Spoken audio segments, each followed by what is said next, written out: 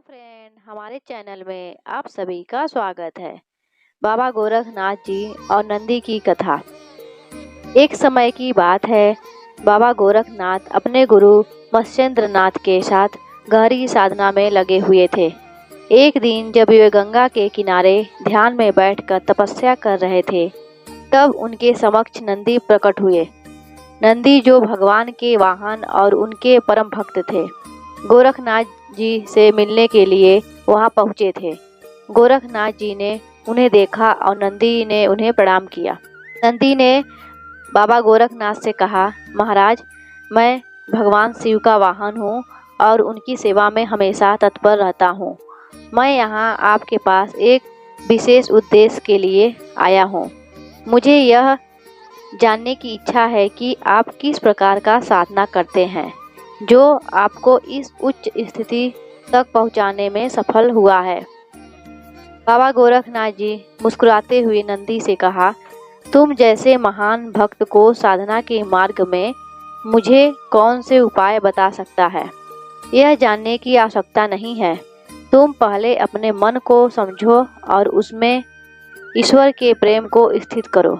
इसके बाद तुम्हें सब कुछ स्वतः ही समझ में आ जाएगा।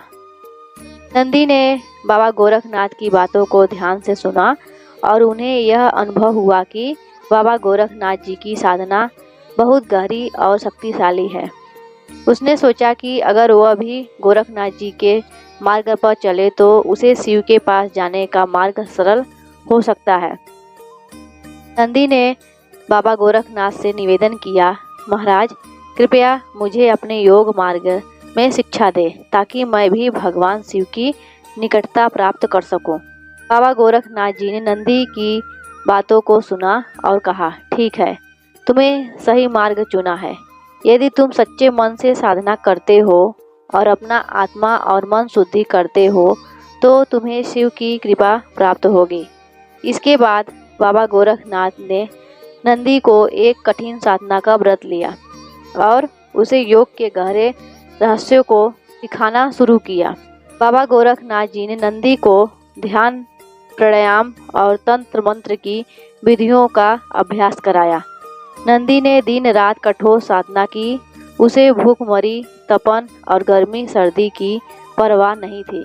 वह सिर्फ भगवान शिव की उपासना में डूबा रहा।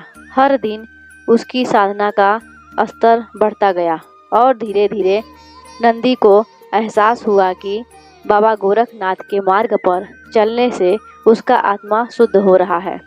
साधना के दिनों में नंदी ने कई प्रकार के मानसिक और शारीरिक कष्टों का सामना किया, लेकिन वह अपने लक्ष्य से विचलित नहीं हुआ। उसने अपनी मानसिक स्थिति को संयमित किया और ध्यान की शक्ति को बढ़ाने में सफलता प्राप्त की। समय बीतता गया और नंदी के हृदय में शिव की उपस्थिति महसूस होने लगी। एक दिन जब नंदी ध्यान में गहरे डूबे हुए थे, बाबा गोरखनाथ उनके पास पहुँचे। बाबा गोरखनाथ ने नंदी के अंदर जो शांति और दिव्यता देखी, उससे वह बहुत प्रसन्न हुए। उन्होंने नंदी से कहा, तुम्हें जो कठिन साधना की है उससे तुमने आत्मा की गहरी समझ प्राप्त की है। अब तुम्हें शिव का दर्शन होगा। बाबा गोरखनाथ ने नंदी को आशीर्वाद दिया और कहा, तुम्हें भगवान शिव के प्रति अपनी भक्ति और श्रद्धा को शुद्ध किया है। तुम्हें अब शिव की निकटता प्राप्त होगी। इसके बाद बाबा गोरखनाथ ने अपनी शक्ति से नंदी को भगवान शिव के दर्शन करवाए। नंदी ने शिव के रूप में भगवान को देखा और उसकी भक्ति और साधना का फल प्राप्त किया। बाबा गोरखनाथ के आशीर्वाद से नंदी को भगवान शिव के दर्शन हुए।